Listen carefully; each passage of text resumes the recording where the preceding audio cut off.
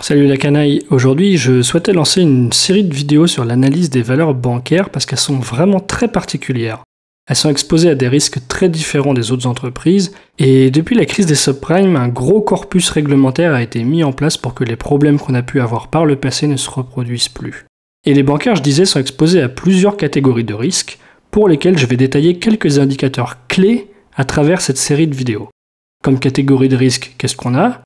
On a le risque de liquidité, bien sûr, le risque de solvabilité, le risque de crédit et le risque de taux. On en a d'autres, mais ça ne sera pas l'objet de cette série de vidéos. Donc pour aujourd'hui, on va se focaliser sur le risque de liquidité et on va étudier un indicateur incontournable, le LCR, pour Liquidity Coverage Ratio. Let's go!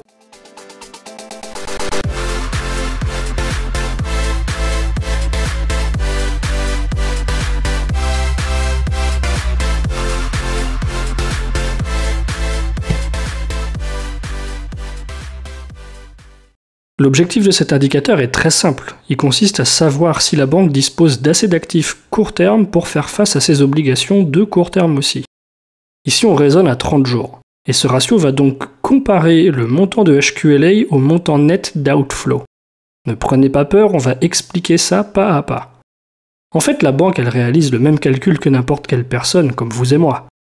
Par exemple, vous avez une tirelire avec l'équivalent de 2000 € en billets, je vous le souhaite, et vous savez que vous avez une dépense chez le dentiste d'ici 2 semaines qui vous coûtera 150 €. Et aussi un loyer à régler de 1400 €. Là, vous faites quoi comme calcul? Vous faites 2000 divisé par 1550, la somme des dépenses, et vous vous dites, c'est bon, ça passe, le ratio est supérieur à 100%. J'ai plus de cash que d'outflow, les flux de trésorerie à sortir. Le LCR, c'est ça, c'est juste ça. Alors on peut affiner le calcul, parce que dans la formule réglementaire, je parlais de net outflow, pas seulement d'outflow. Et quand je parle de net outflow, c'est parce que je dois aussi tenir compte des inflows. Et oui, pendant ce mois où vous avez un loyer à payer et un rendez-vous chez le dentiste, vous allez quand même recevoir votre salaire. Et comme vous bossez à mi-temps par exemple, et que vous gagnez 800 €, votre sortie nette de cash, votre net outflow, sera de 1550, le loyer et le dentiste, moins l'argent qui rentre, logique, les 800 €. Donc, je suis mauvais en calcul mental, mais voilà, ça fait 750 €. Voilà votre net outflow, ce qui va sortir, déduction faite de ce qui va rentrer. Comme vous avez 2000 balles, vous êtes bien, pas de souci. La banque fait exactement la même chose. Elle doit s'assurer que son ratio LCR est toujours supérieur à 100%, comme vous et moi. Par contre, elle, vous vous en doutez, ses actifs sont un peu différents de vos économies dans la tirelire. Ici, pour une banque, on parle de HQLA, High Quality Liquid Asset, donc des actifs de grande qualité et très liquides. Le cash, évidemment, en fait partie. La banque dispose d'argent palpable, bien entendu, mais elle dispose aussi d'un portefeuille d'obligations, typiquement. Des bons du trésor américain, des obligations allemandes sans risque, ce genre de trucs. Complètement liquide, parce que revendable quand on veut sur le marché. Donc du quasi-cash, si on veut. Voilà, le matelas de HQLA, l'équivalent de votre tirelire pour une banque, c'est principalement, je répète, le fric plus le portefeuille d'obligations. Ces outflows, à elle, c'est quoi ? C'est les intérêts qu'elle paye sur les emprunts court terme qu'elle a fait. Vous savez qu'on parle souvent de marché interbancaire. Les banques se prêtent entre elles. Si le Crédit Agricole emprunte 100 millions € à la BNP à 3 mois, il va y avoir des paiements d'intérêts à effectuer tous les mois pendant 3 mois.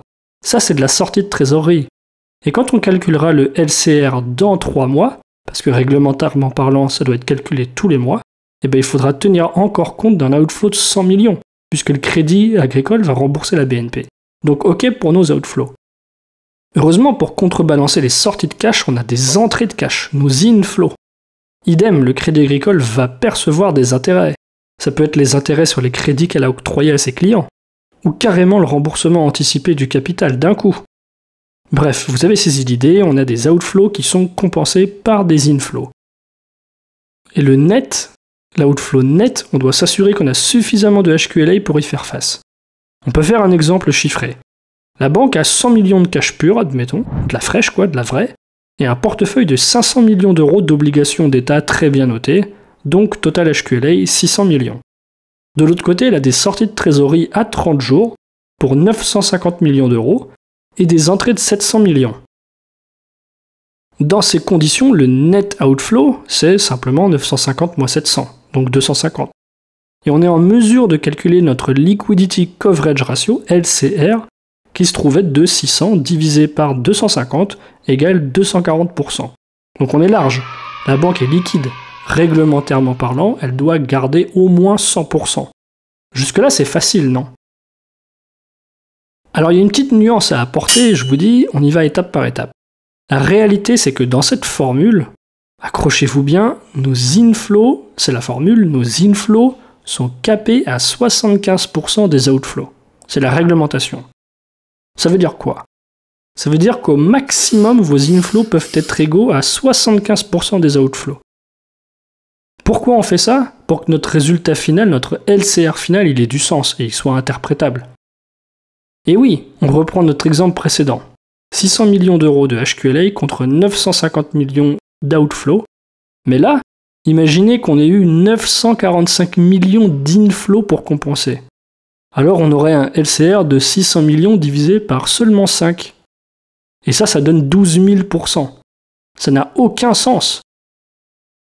Donc si on devait tomber dans cette situation, avec des inflows trop grands, la banque elle bidouillerait son calcul et au lieu de brancher 945 millions d'euros d'inflows dans la formule, elle mettrait 75% des outflows. Donc 75% de 950, c'est-à-dire 712,5.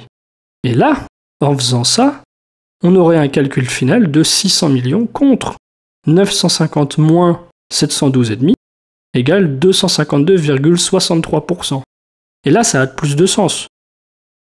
Alors ça, évidemment, c'est en norme européenne. Toutes les banques de la zone euro sont tenues de respecter un ratio LCR de 100% au moins, à tout moment, pour faire face au risque de liquidité. Mais les normes financières ailleurs, en Chine par exemple, elles sont un peu différentes. Dans leur formule à eux, les inflows sont en haut.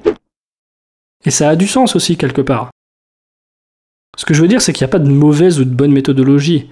Ce qu'ils font est simplement de comparer eux de leur côté. Ce qu'ils font, ils comparent le cash et les actifs disponibles, donc leur HQLA, avec les entrées de fric à prévoir. Et ça, ils s'assurent que ce paquet, donc ce qu'ils ont tout de suite plus ce qui va rentrer, ils s'assurent que ça suffit à faire face aux outflows qui viennent. Voilà pour la vidéo d'aujourd'hui. Mais ce que je voulais vous montrer, c'est que les valeurs bancaires sont vraiment différentes des entreprises normales. Le LCR, c'est vraiment le B.A.-ba des indicateurs risques pour une banque.